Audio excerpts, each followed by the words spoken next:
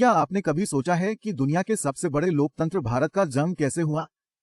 हमारी कहानी 1947 में शुरू होती है, जब भारतीय उपमहाद्वीप विदेशी शासन के कई सदियों के बाद आखिरकार स्वतंत्रता प्राप्त करता है। इस नई मिली स्वतंत्रता के साथ देश को अपना रास्ता ढूंढने का बड़ा काम था। दबवर्स द्वारा संचालित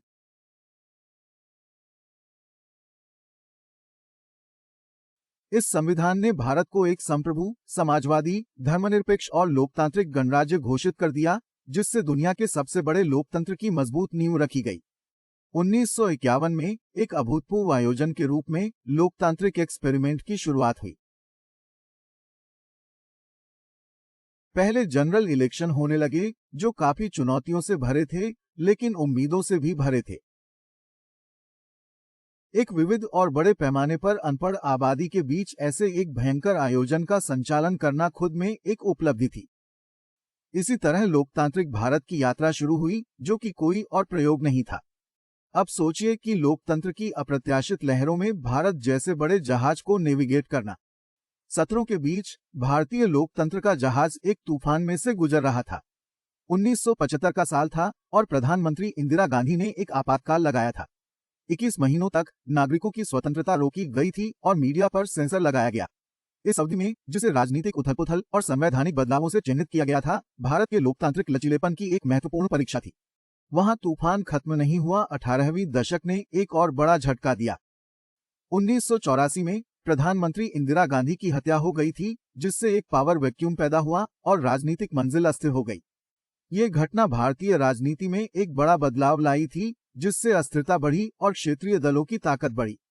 90 के दशक के आरंभ पर भारतीय लोकतंत्र का जहाज अब एक नए कोर्स पर नेविगेट कर रहा था।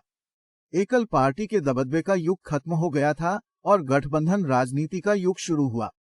ये था गठबंधन, सत्ता बांटने और समझौते का एक समय। दबवर्स से चलता हुआ। लेकिन लोकतंत्र सिर्फ राष्ट्रीय राजनीति से ही नहीं होता। डेमोक्रेसी शासन इकाइयों को सशक्त बनाने के बारे में भी होती है। इस बात को समझते हुए भारत ने 1993 में 73वें और 74वें संवैधानिक संशोधन पारित किए थे। ये संशोधन लोकतंत्र को बुनियादी स्तर पर मजबूत करते हुए ग्रामीण और शहरी क्षेत्रों में स्थानीय स्वशासन को सक्षम बनाने में मदद की।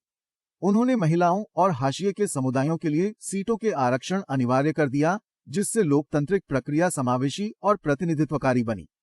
इन महत्वपूर्ण घटनाओं के जरिए भारतीय लोकतंत्र का जहाज तूफानों से लड़कर अपना रुख समायोजित कर चुका है। ये उथल-पुथल भरे समय और जीत के समय दिखा है। ये गठबंधन राजनीति के जटिलताओं से निपटने में कामयाब रहा है और स्थानीय शासन को सशक्त बनाने को अपनाया है। ये घटनाएं, जो विजयी और उथल-पुथल से भरी थीं, भारतीय लोकतंत्र को आकार देती रहीं। 21वीं सदी में भारत का लोकतंत्र कैसे बदला है? नए सदी की शुरुआत में भारत के लोकतांत्रिक परिदृश्य में एक बदलाव देखा गया है। राजनीतिक मंच अब और समावेशी हो गया है। महिलाओं और अल्पसंख्यक समुदायों की भागीदारी बढ़ी है। ये आवाजें, जो पहले दबाए गए थे, अब सत्ता के हॉल में गूंज रही हैं, नीतियों को आकार दे रही और निर्णयों पर प्रभाव डाल रही हैं। इसके साथ ही डिजिटल क्रांति ने लोकतंत्र की प्रक्रिया पर अपना असर छोड़ा है। प्रौद्योगिकी ने चुनावों को आसान और अधिक ट्रांसपेरेंट बनाया है। इसने ई-गवर्नेंस के नए युग को भी बढ़ावा दिया है, जिससे सरकार और उसके नागरिकों के बीच एक नया सीधा संवाद संभव हो गया है। परंतु इस सफर में कुछ बाधाएं भी हैं। चुनावी सुधारों की तत्काल जरूरत, राजनीति में पैसे और मास्कल पावर की खतरा और बढ़ती राजनीतिक विभाजन इस लोकतंत्र के स्वास्थ्य के लिए बड़ी चुनौतियां पेश करते हैं। फिर भी इन बाधाओं के बावजूद लोकतंत्र की आत्मा जीवित है। भारत का समकालीन लोकतंत्र एक जोशीला, गतिशील और विकसित वस्तु है। तो ये सफर भारतीय लोकतंत्र के बारे में हमें क्या समझाता है? हमारी यात्रा भारतीय लोकतंत्र की उत्पत्ति के साथ शुरू हुई, जो उस समय का चमत्कार था, जो औपनिवेशिक शासन की राख से उभर कर आया था। एक संविधान तैयार किया गया, जिससे दुनिया का सबसे बड़ा लोकतंत्र जन्मा और एक राष्ट्र ने स्वशासन की ओर पहला कदम उठाया। फिर हम प्रमुख मीलों से गुजरते गए। हर एक मील भारतीय लोकतंत्र की शक्ति और टिकाऊता का साक्ष्य है। पहले आम चुनावों से लेकर ऐतिहासिक विधानों तक ये मील के पत्थर सिर्फ समय का मामला नहीं थे।